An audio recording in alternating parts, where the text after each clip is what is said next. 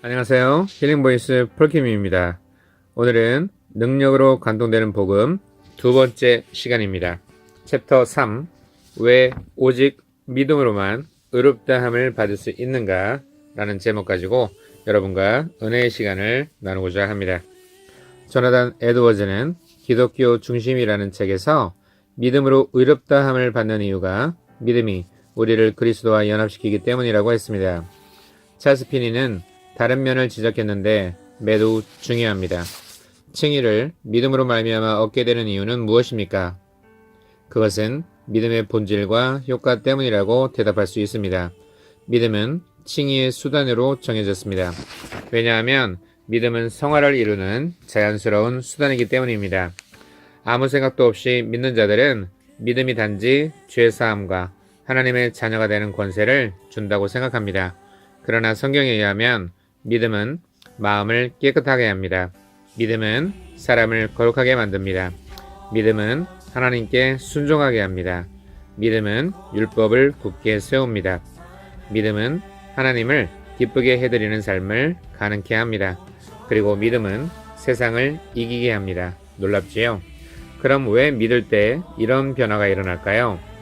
하나는 믿음은 예수님을 임금과 구주로 모셔드리는 것이기 때문이고, 또 하나는 성령을 선물로 받게 하기 때문입니다.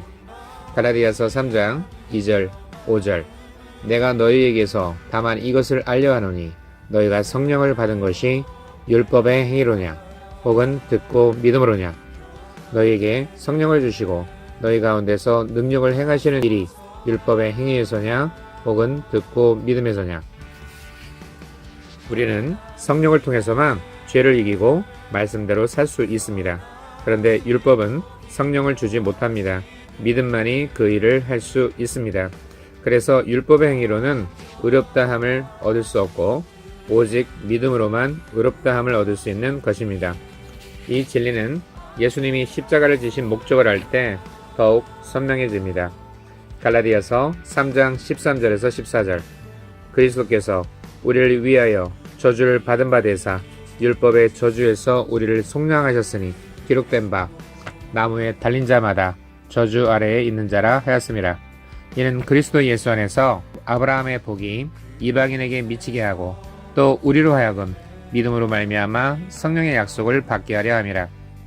예수님이 십자가를 지신 목적은 두 가지입니다. 먼저 예수님은 아브라함의 복을 주시기 위하여 십자가를 지셨습니다. 이것이 1차 목적입니다. 그럼 아브라함의 복은 무엇일까요?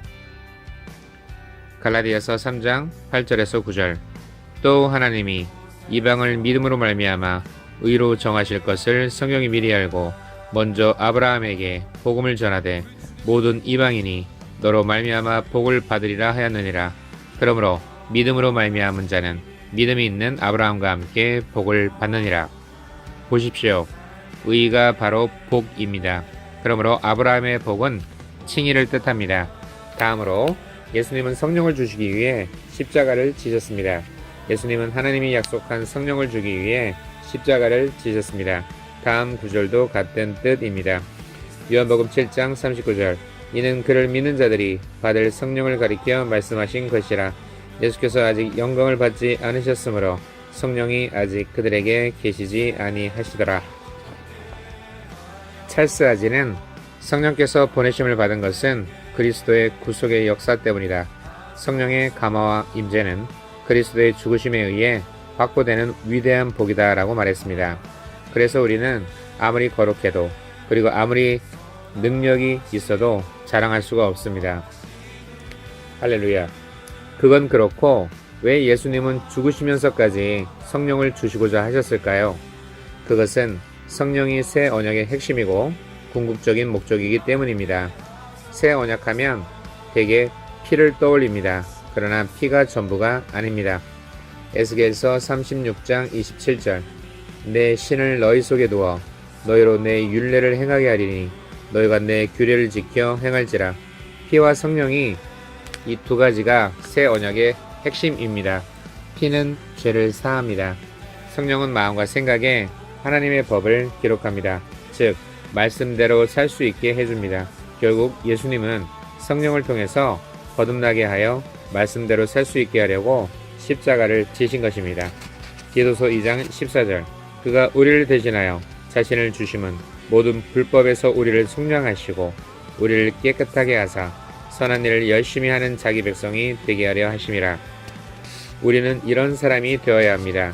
즉 하나님의 진짜 백성이 되어야만 합니다. 그런데 그러려면 믿어야 합니다. 믿되 성경이 요구하는 바른 믿음을 가져야 합니다. 성경에서 믿음을 가장 잘 설명해 준 것은 로마서 4장입니다. 로마서 4장 17절에서 22절. 기록된 바 내가 너를 많은 민족의 조상으로 세웠다 하신것 같으니 그가 믿은 바 하나님은 죽은 자를 살리시며 없는 것을 있는 것으로 부르시는 이시니라. 아브라함이 바랄 수 없는 중에 바라고 믿었으니 이는 내 후손이 이 같으리라 하신 말씀대로 많은 민족의 조상이 되게 하려 하심이라. 그가 백산화되어 자기 몸이 죽은 것 같고 사라의 태가 죽은 것 같음을 알고도 믿음이 약하여지지 아니하고 믿음이 없어 하나님의 약속을 의심하지 않고 믿음으로 견고하여져서 하나님께 영광을 돌리며 약속하신 그것을 또한 능히 이루실 줄을 확신하였으니 그러므로 그것이 그에게로 의로 여겨졌느니라. 이것은 기적을 받는 믿음이 아니라 의롭다함을 받는 믿음에 대한 설명입니다. 아브라함의 믿음은 의롭다함을 받은 믿음이었습니다. 그는 하나님의 약속을 믿었습니다. 로마서 4장 18절. 아브라함이 바랄 수 없는 중에 바라고 믿었으니 이는 내 후손이 이 같으리라 하신 말씀 약속대로 많은 민족의 조상이 되게 하려 하심이라. 하나님은 아브라함에게 밤하늘의 별들을 보여주시면서 내 자손이 이와 같으리라 라고 약속하셨습니다. 아브라함은 그 약속을 굳게 믿었습니다. 그리고 하나님은 그의 믿음을 의로 여겨 주셨습니다. 중요한 것은 아브라함이 단지 하나님을 믿은 것이 아니라 하나님의 능력을 믿었다는 점입니다. 아브라함이 믿은 것은 내 후손이 이와 같으리라 하신 하나님의 약속의 말씀이었습니다. 그런데 이 약속을 믿으려면 하나님의 전능하심을 믿어야 합니다. 아브라함과 사라의 몸이 자녀 출산에 있어서 시차나 다름없었기 때문입니다. 이 약속은 불가능한 상황에서 주어졌습니다. 그래서 아브라함은 죽은 자를 살리시며 없는 것을 있는 것 같이 부르시는 하나님의 능력을 믿어야 했습니다. 로마서 4장 17절. 그가 믿은 바 하나님은 죽은 자를 살리시며 없는 것을 있는 것으로 부르시는 이시니라. 이것이 아브라함의 믿음의 핵심입니다. 그리고 우리가 가져야 할 믿음입니다. 우리에게도 반드시 이런 믿음이 필요합니다. 왜냐하면 아브라함의 몸이 죽었던 것처럼 인류의 영이 죽어 있고 그래서 하나님께 순종할 수가 없기 때문입니다. 그러므로 아브라함이 단지 하나님은 살아계시다, 천지를 만든 유일신이다 이렇게 믿은 것이 아니라 하나님의 능력을 믿은 것처럼 우리도 복음을 믿을 때에 예수님은 하나님의 아들이시고 메시아다. 예수님은 우리 죄를 위해 십자가를 지셨다. 그리고 사흘 만에 부활하셨다. 단순히 이런 복음의 내용을 믿는 것을 넘어서서 복음이 제공해주는 하나님의 능력을 믿어야 합니다. 그것이 우리가 가져야 할 믿음입니다. 여러분, 왜 믿어도 변화가 안 되는지 아십니까? 그것은 복음의 지식을 믿는 데서 멈추기 때문입니다. 복음을 제대로 이해하면 복음이 단순히 구속적인 사건의 나열이 아니라 하나님의 능력이라는 것을 깨닫게 됩니다. 그것을 믿어야 합니다. 그래야 변화됩니다. 이것이 여러분에게 생소할 수도 있습니다. 그러나 조금도 이상한 것이 아닙니다. 왜냐하면 바울의 말대로 복음이 하나님의 능력이라면 복음을 믿는 것은 당연히 하나님의 능력을 믿는 것이 되어야 하기 때문입니다.